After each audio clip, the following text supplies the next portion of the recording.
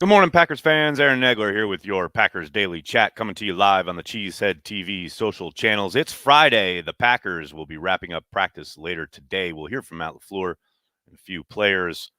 And then they head to Baltimore to take on the Ravens on Sunday afternoon. The big headline coming out of yesterday, obviously, is Kenny Clark being placed on the reserve COVID list. Now, with the new protocols that the NFL and the NFLPA have agreed to, there is a chance that he could test out and be ready to play on Sunday. So fingers crossed, Kenny is okay, vaccinated and asymptomatic, and able to return to the field against the Ravens. Very real possibility there. Other headline from yesterday, obviously, is Bakhtiari continues to practice, at least individual stuff. Obviously, reporters are not allowed to watch team drills. I still will be very surprised if he's on the field Sunday afternoon. However, it is a next step. It's a good sign that he's out there, obviously, not experiencing any setbacks.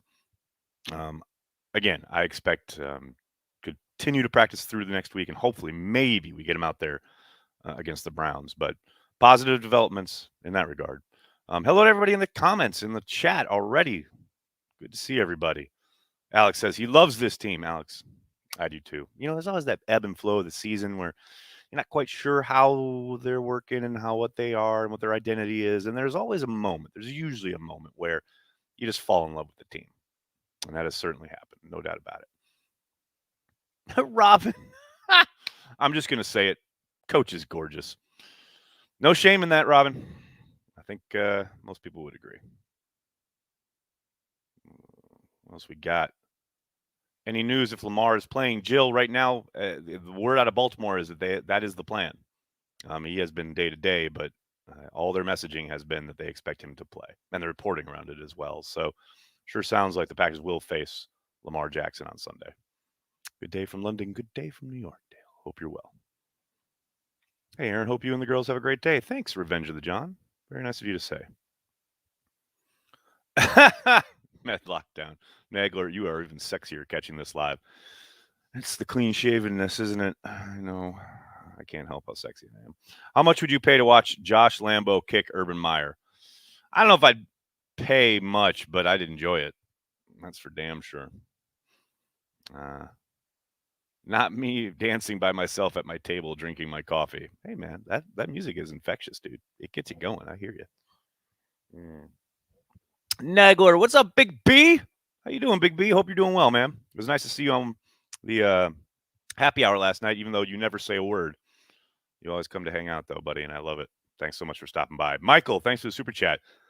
If you disagree with Staley's go decisions last night, you are the same side of the debate as Florio. Food for thought, Packers fans. Happy Friday.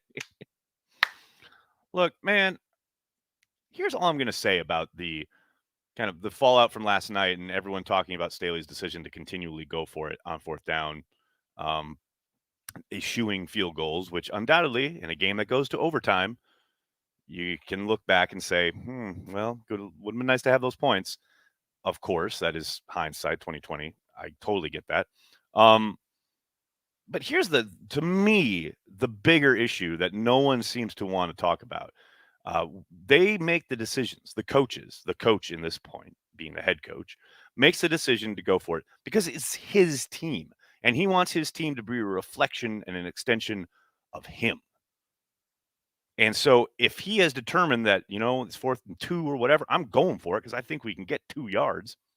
That's on him, and that's who he wants his team to be. And everyone's going to sit on the internet, especially on Twitter, and say, oh, that's the right decision or it's the wrong decision. No, it's neither of those things. It's his decision. It's his team. And so, yes, of course, they didn't get it, and they didn't get those points on the board, but who's to say those field goals wouldn't have been blocked if they had been attempted? Who's to say the snap wouldn't have been errant? Or there was a problem with the operation, whatever you want to call it. It's his team. It's his decision.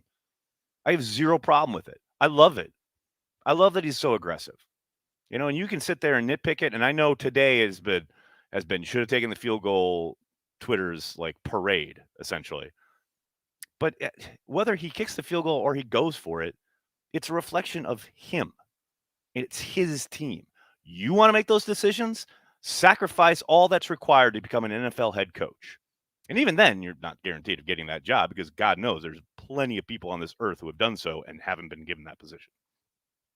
He has fought like hell throughout his, albeit very young life, to reach the spot that he's in. He's allowed to make whatever damn call he wants. And it's not right and it's not wrong. It's his. That's all I have to say about that. Ryan, thanks for the super chat. My friend Brad wanted me to ask you, with Cobb out and special teams struggling the way they are, when do you think the Packers will bring in Perillo?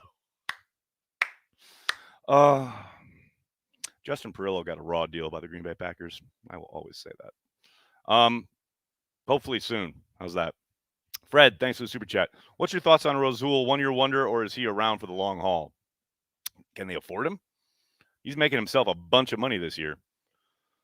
I think he's a really good corner. I love what he brings to the defense. And I said this way before he started pick-sixing people. I love his physicality. I think he's really smart. He's pretty aggressive. I think his aggressiveness will get him into trouble at times. But, yeah, I hope he's there for the long haul. That is a very intricate puzzle they're going to have to put together this offseason. And it all starts with the decision on Aaron Rodgers, and everything will flow from there. But, yes, I hope. Do I think he's a player? 100%. Will he continue to wear the green and gold after this year?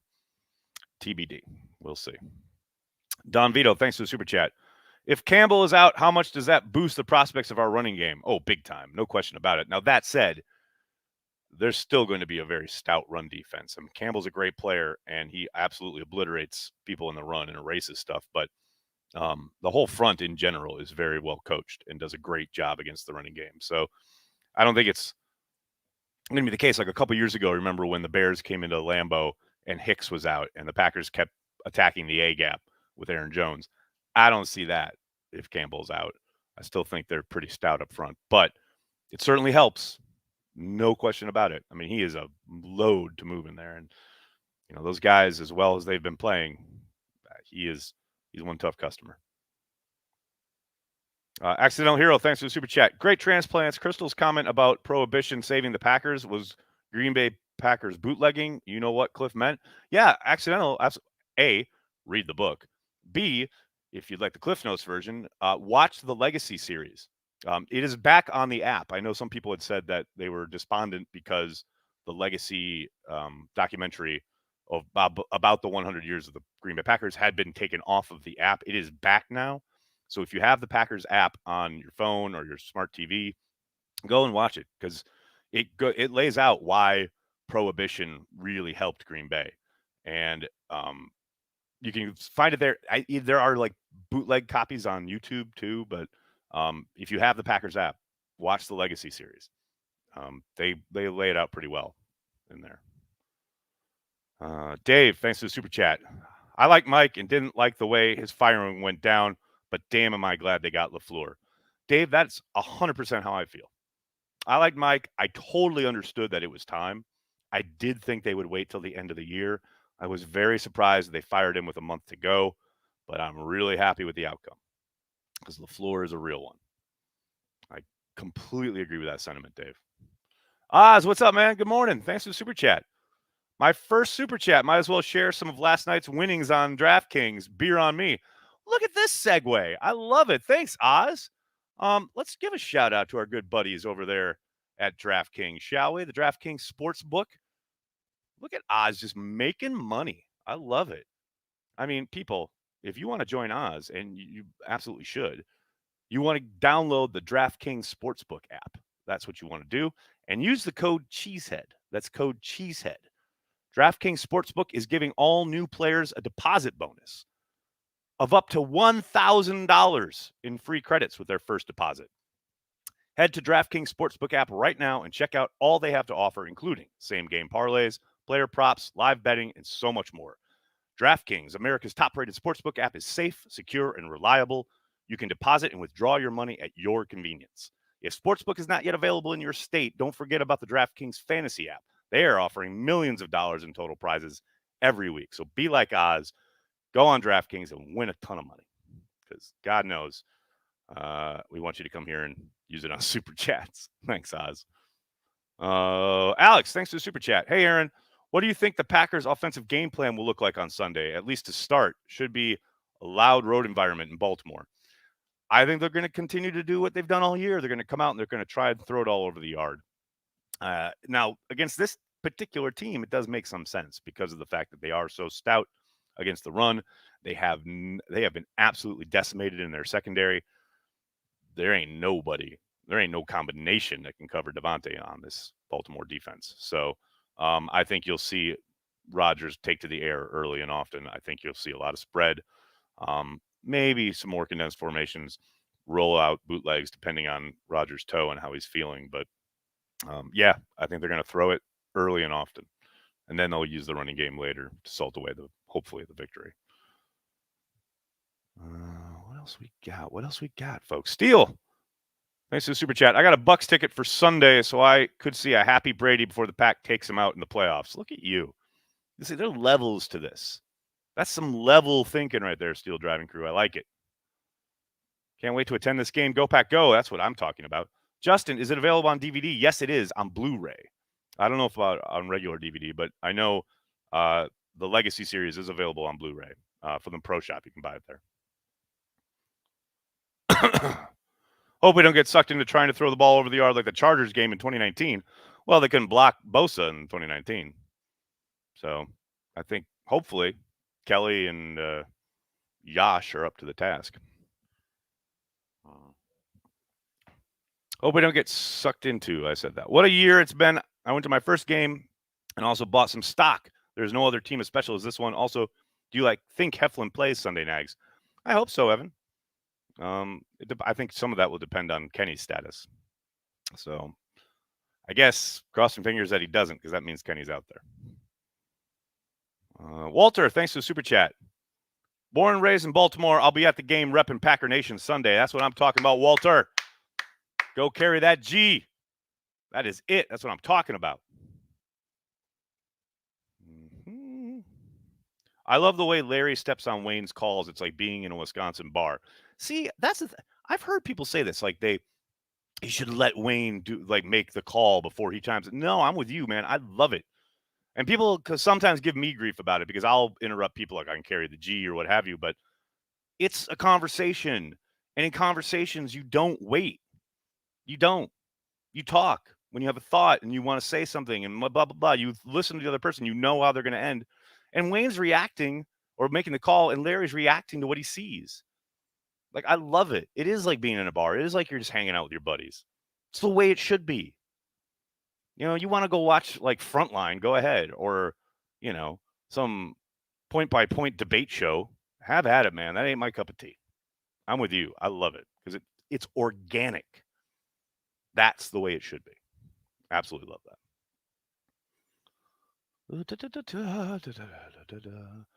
Jesse, thanks for the super chat. Packers game on Christmas is just phenomenal. We were just discussing. Corey and I were just discussing this. I don't think Corey's a fan of the Christmas game, but we will be there. Watch party, baby. Watch party here on Cheesehead TV on Christmas Day, because that's what we do. I love it. I love it so much. Anthony, thanks for the super chat. Cheers from Milwaukee. Happy Friday. Go Pack Go. Thank you, Anthony. Thanks very much. Larry screaming yes in a hoarse voice over Wayne always frustrated me. You're crazy, Ryan. I love it. I love it. Why would that frustrate you? It's awesome. He's excited. I get excited hearing it. Y'all suspect. What?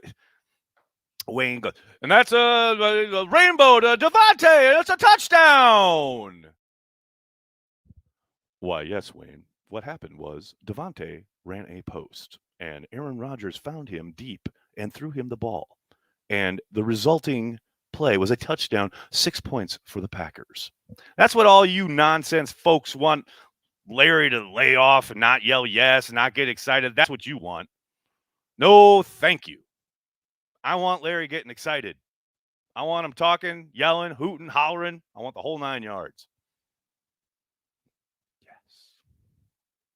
Over, under on a number of Santas at Lambeau. We're going to set it at 37. I like football on Christmas, but not the Packers. I just want to watch casually. Well, Justin, most years you get your wish. Not this year. Y'all need to take the day off and just enjoy the game on Christmas, Nags. Nah. I mean, I'll enjoy the game. I'll enjoy the game with all of you. It'll be fun. It'll be a good time.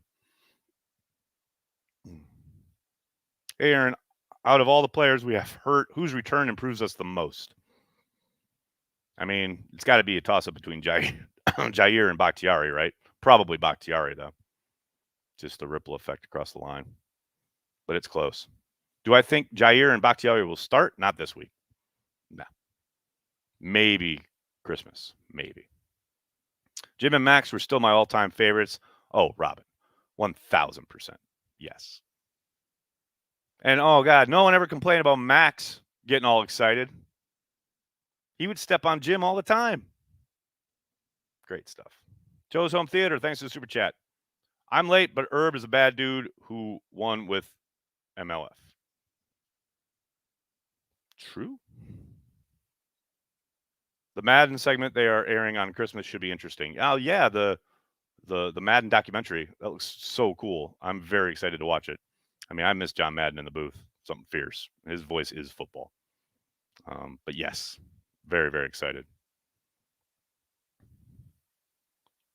What do you like better, Aaron, Christmas or Thanksgiving Packers game? Oh, Christmas. 1,000% Christmas. I hate the Packers on Thanksgiving. For some reason, I don't know, probably because like I don't have the bad memories associated with the Christmas games the way I do with Thanksgiving. I've had way too many Thanksgivings ruined by poor Packer performances on Thanksgiving. Is Cheesehead TV what you thought you'd do as your dream job or close to it? Appreciate when you do games. You guys keep me calm. Is it what I thought I'd do as a dream job? I mean, I'd be lying if I said I thought about doing anything like this when I was growing up and thinking about what I was going to do as a job. You know, I always thought I was going to be an actor, and I was an actor for a long time, but then life happened, and then this happened. But yeah, no, I mean, I always loved the Packers. Never thought I'd be doing anything as a job kind of related to the Packers, but now I do. It's kind of cool. I can't say I hate it. Did I get anything from the pro shop last weekend? Funnily enough, Brett, I didn't. I went in there for one day, and it was so packed, and the line was so long to check out. I was just like, I'll order online, which I do anyway. So, Madden had the biggest man crush on Favre. Yes, he did. Let's take one more. Since you've been a member of the media, what's the biggest shift you've had in regards to the NFL opposed to when you were just a fan?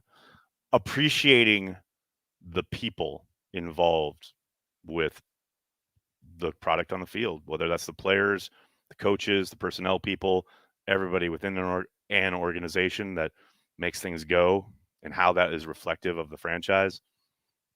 It's real easy as a fan. You watch the game, you turn off the TV, you go on with your life. But the guys who were injured in that game, thinking about the treatments they're getting, coaches having families and missing them on the road all the time, scouts who spend 6-8 months on the road and they have wives and children that they don't get to see a whole lot. Those are the types of things that once I started this as a regular thing, it's a relationship business. The NFL is one of the most incredible kind of studies in how relationships drive almost everything. And as a fan, you're not privy to it. And I'm not talking down to fans about that. Like, I get it. It's entertainment. They're there to entertain you. You get entertained and then you go on with your life. That's how it should be, right?